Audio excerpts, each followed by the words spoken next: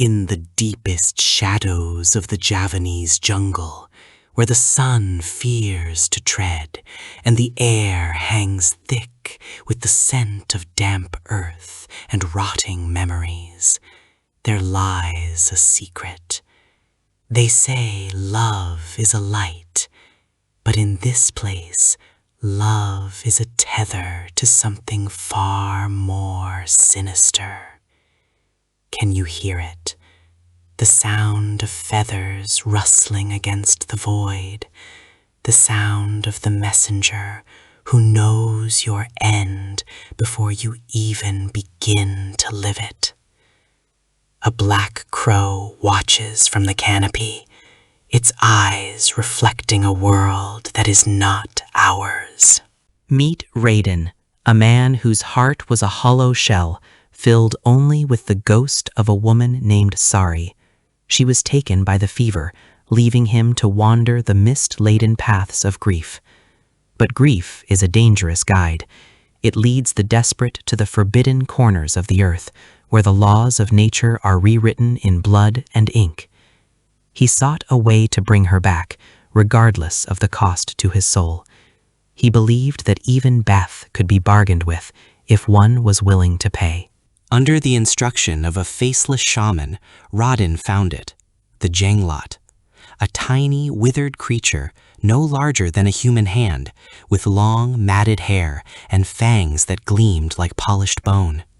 It looked like a dried corpse, a miniature monster frozen in a scream.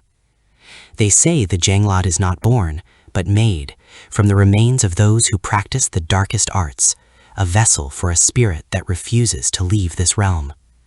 It sat in a glass box, waiting for a drop of life. Outside, the crow cawed, a sharp, piercing sound that cut through the silence like a blade. It was a warning, a harbinger of the Kabar Maut, the news of death. But Raiden was deaf to the omens. He pricked his finger, letting a single ruby drop of blood fall onto the Jenglot's parched lips. The creature didn't move, yet the air in the room grew cold, and the shadows on the wall began to lengthen, stretching toward him like hungry fingers. The bargain had been struck. Days turned into a blur of madness. Raiden began to hear her voice, Sari's voice, whispering from the corners of the room. "Raiden, I am cold. Feed the hunger, and I shall return." Every night he offered his blood. Every night he grew weaker, his skin turning a sickly gray, his eyes sinking into his skull. The crow followed him everywhere now, a silent sentinel of his slow decay. It watched from the eaves, its presence a heavy weight upon his crumbling sanity. One storm-racked evening, the door to his chamber creaked open. A figure stood in the mist, a woman in a white dress, her hair long and flowing. Sari. She looked exactly as he remembered, yet her eyes were voids, and her skin was as cold as the morning frost. She didn't speak with words, but her presence filled his mind with a cacophony of screams and laughter.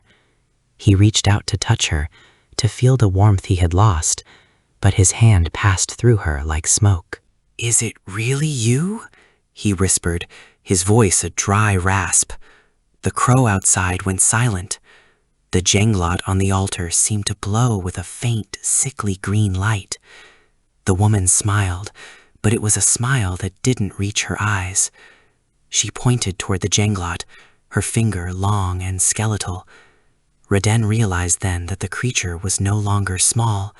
It was growing, feeding on his essence, taking the shape of his desires and twisting them into a grotesque mockery of life.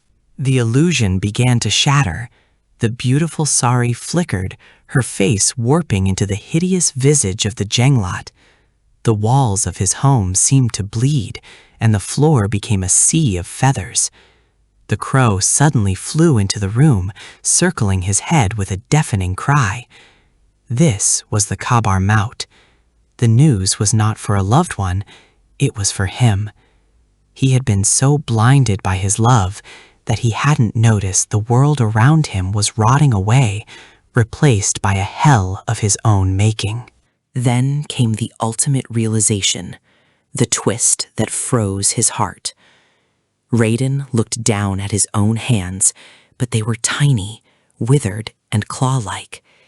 He looked into the glass box on the altar, and there he saw his own human body lying cold and lifeless on the floor. He wasn't the master of the Jenglot. He had become the Jenglot itself. His soul had been sucked into the tiny vessel of bone and hair, trapped in an eternal thirst while his shell was claimed by the earth. The woman in white laughed, a sound like dry leaves skittering over a grave. She wasn't sorry. She was the ancient spirit of the forest that inhabited the Jenglot, a predator that used the masks of the dead to lure the living. She picked up the tiny withered Raiden and placed him back into the glass box. You wanted to be with her, she hissed. Now you shall stay in the darkness, where love and illusion are one and the same. The lid of the box closed with a final heavy thud. The crow perched atop the box, its work finished. It had delivered the news, and the debt was collected. In the silence of the jungle, the house vanished, leaving only a small, weathered altar under a gnarled tree. Passers-by would hear a faint scratching from within the wood, a tiny voice calling a name that no one remembered. For in the world of the Jenglot, there is no redemption, only the hunger that never dies, and the shadows that never leave. Beware the whispers of the dead, and never trust a love that demands your blood. The darkness is patient, and the crow is always watching. If you enjoyed this journey into the abyss, don't forget to like and subscribe for more updates. Tell us in the comments, what would you sacrifice for love? Until next time, stay safe in the light, for the shadows are hungrier than you can ever imagine. Don't forget to like and subscribe for more updates.